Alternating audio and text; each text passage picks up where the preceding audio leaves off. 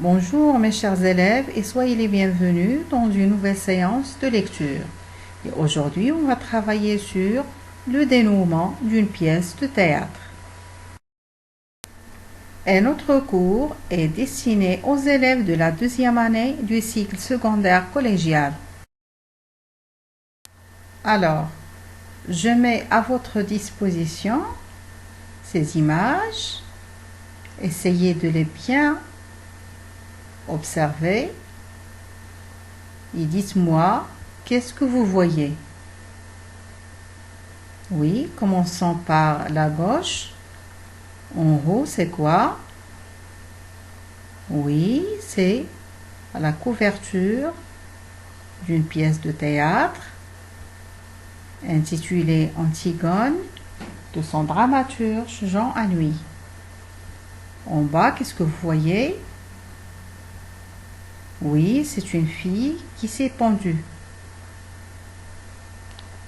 La troisième image en bas, toujours à gauche. Qu'est-ce que vous voyez?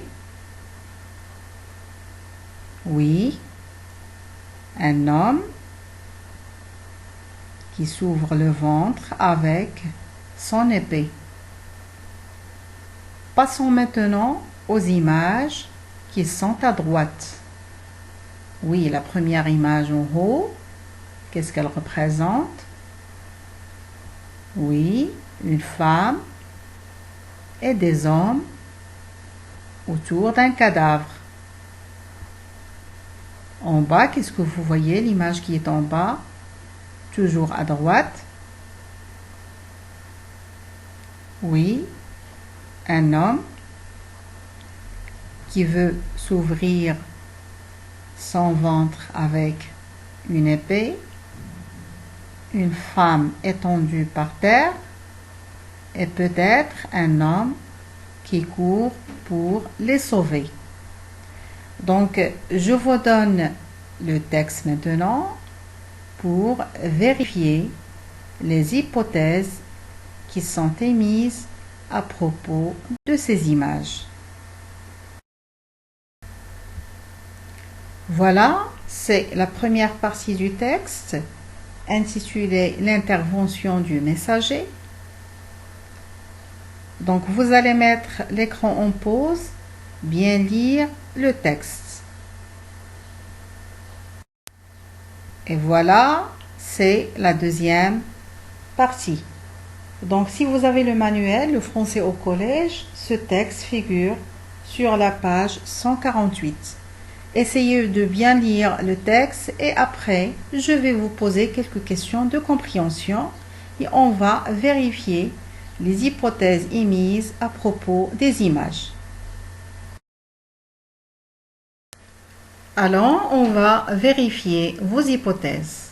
Commençons par la page de couverture qui représente le nom du dramaturge, c'est Jean Anouilh, et le titre de la pièce, c'est Antigone.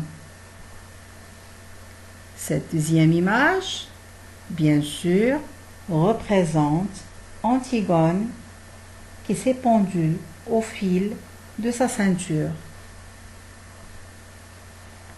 La troisième image, c'est bien sûr Aimant qui s'ouvre le ventre avec son épée à cause de la mort de sa fiancée Antigone. La première image à droite, vous avez déjà dit que ce sont des hommes et une femme autour d'un cadavre.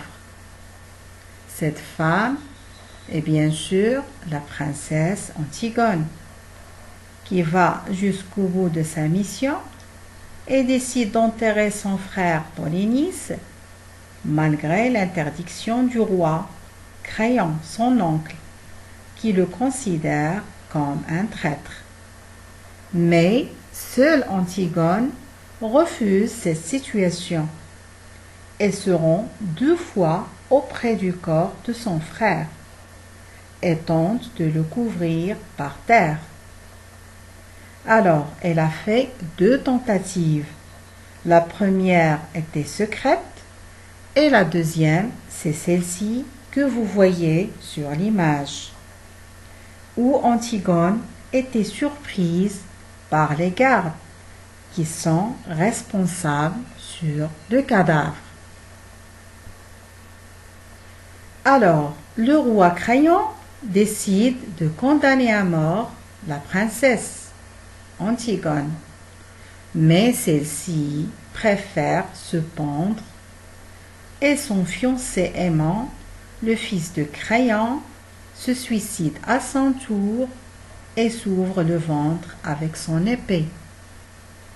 Donc l'homme qui est venu à leur aide, mais c'est trop tard, c'est le roi Crayon. Donc maintenant, on va essayer de répondre à ces questions de compréhension. Voilà, je vous donne ici quelques questions de compréhension pour vérifier si vous avez bien compris le texte. La première question, à quel moment de l'action dramatique se situe ce passage dans la pièce? Au début, au milieu ou à la fin? 2. S'agit-il d'une comédie ou d'une tragédie? 3. Comment appelle-t-on les passages en italique? Et qu'indique-t-il? 4. Comment s'appelle un long discours prononcé au théâtre? Qui le prononce dans cet extrait? 5. Quel rôle joue le messager? 6. Relevez les mots qui renvoient à la tristesse ou à la mort. 7. Qu'est-il arrivé à Antigone et Aimant? 8. Antigone cherche-t-elle à échapper à son sort ou bien à son destin? Allons, on va corriger tous ensemble. La première réponse, ce passage se situe à la fin de la pièce. Alors c'est le dénouement. 2. Bien sûr, c'est une tragédie. Les passages qui sont en italique, ce sont des didascalies et indiquent le déplacement, fait éruption et l'intonation de la voix, criant. 4. Un long discours prononcé au théâtre, c'est une tirade.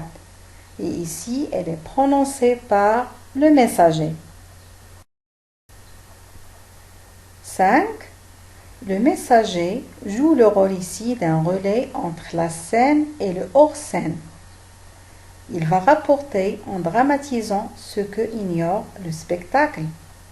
On voit ici que le dramaturge Jean Anouilh respecte une règle très essentielle dans le théâtre.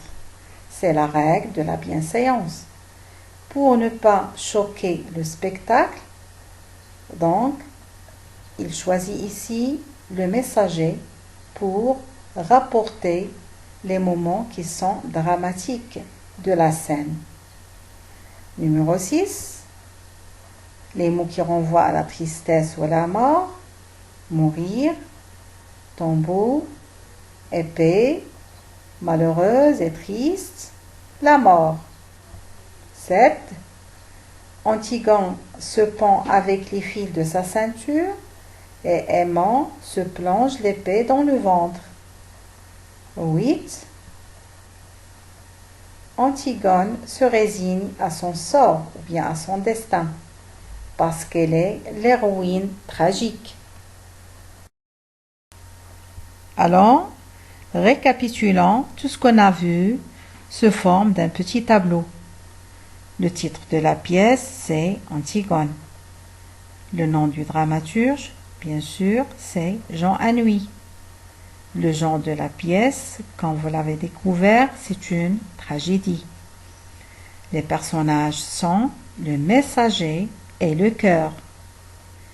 La situation de la scène dans la pièce, donc, c'est la scène de dénouement. Et le dénouement de cette scène, c'est C'est à travers une langue tirade que le messager nous renseigne sur les circonstances de la mort d'Antigone et celle d'Aimant.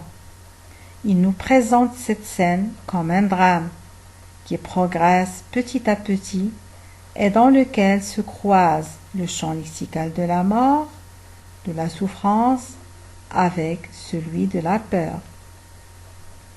Et pour le rôle du dénouement, il dénoue l'intrigue. C'est la scène finale de la pièce, qui se termine par une solution, soit heureuse dans la comédie, ou malheureuse dans la tragédie. Antigone s'achève ou bien se dénoue tragiquement. C'est la mort d'Antigone. Notre cours tient sa fin. Merci beaucoup pour votre attention et à la prochaine.